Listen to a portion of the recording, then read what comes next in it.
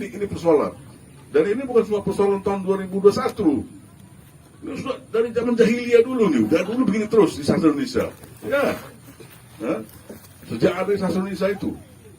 Tapi luar biasanya orang-orang sastra itu selalu bilang yang ada itu krisis karya. Itu terus. Krisis karya kan.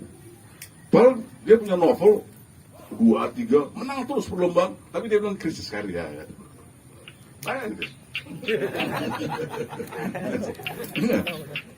Nggak pernah bukan krisis karya, krisis otakmu kan gitu kan. Yang begini nih, karya banyak kali. Kalau nggak percaya, lihat di situ. Itu si Tolstoy berapa buku itu? Tahu tuh nanti. Enggak. Nah ini dia. Ini dunia apa nih dunia sastra itu kan begitu? Dunia akademisnya begitu, tradisi kritik sastra. Kita itu sudah begitu lama dunia sastra tidak ada ini.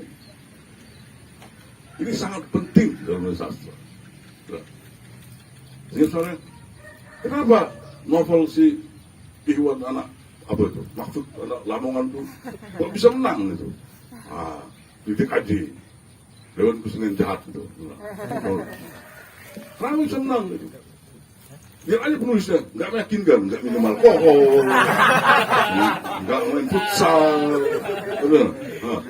tinggalnya di sawah-sawah, pedalaman Bantul, gitu.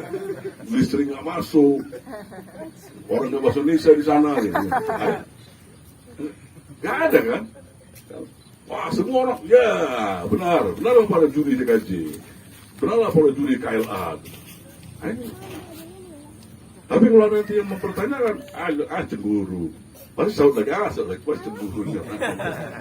Rambutnya yang panjang. Ya.